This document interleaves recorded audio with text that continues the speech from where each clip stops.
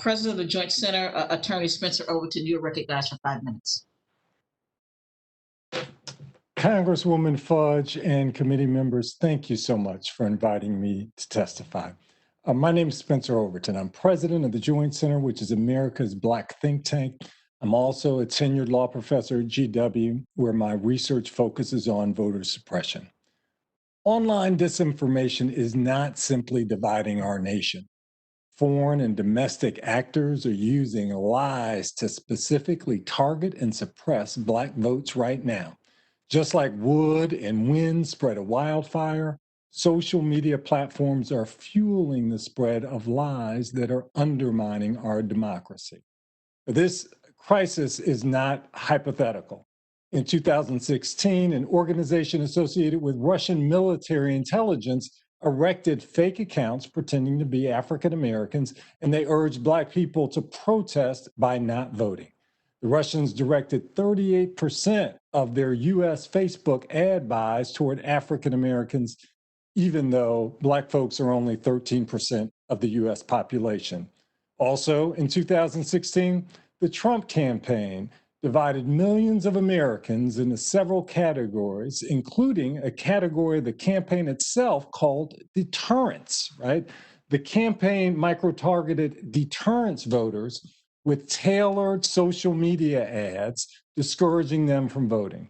Black voters were disproportionately singled out. For example, although African Americans account for only 22% of North Carolina's population, they were 46% of the North Carolina voters labeled as deterrents.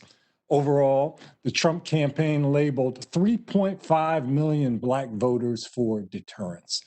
The 2016 presidential election marked the most significant decline in Black voter turnout in modern history. Now, with that record, it's no surprise that these efforts are continuing in 2020. During the Democratic presidential primary, the Russians targeted Black users with online disinformation about Senator Kamala Harris.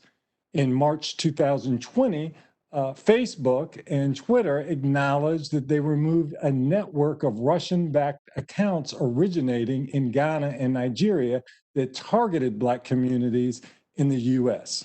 And just last month, the Department of Homeland Security revealed that Russia is attempting to promote false statements online that mail-in ballots are riddled with fraud.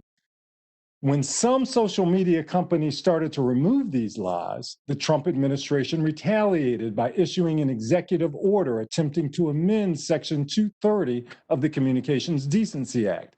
You'll remember that Section 230 gives a social media company the power to remove disinformation that's obscene, excessively violent, or otherwise objectionable without the risk of legal liability. The Trump administration proposal would preserve the power of platforms to remove obscene and excessively violent content, but would eliminate their power to remove other objectionable content like election disinformation. If the Trump proposals were adopted, companies could risk legal liability for removing ads targeted at Black users telling them lies like, you can't vote if someone in your household has committed a crime. Now, private companies removing lies about our elections does not stifle free speech. This elevates civil rights in our democracy. Many of these platforms are not simply unmoderated community billboards, but instead they're carefully crafted, they use carefully crafted algorithms to grab the user's attention and to maximize ad revenue. Just as the companies remove adult pornography without violating speech, they should remove false voting information. Many of the world's most profitable companies should not profit from discrimination against many of our most marginalized communities. Even though Mark Zuckerberg said, quote, voting is voice and it's the single most powerful expression of democracy, end of quote, he and other tech companies must take bolder action to end voter suppression. So, while the Russians and the Trump campaign buy misleading ads targeted at Black voters to persuade them not to vote, the Trump administration pushes to rewrite federal law so the platforms can't remove disinformation about elections. We need companies to unequivocally stand up and promote remove all disinformation to prevent a repeat of 2016. Now, I want to be clear. Online platforms have made progress, but they need to do much more.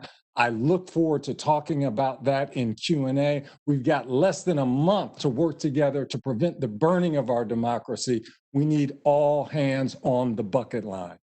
Thank you, and I look forward to our discussion.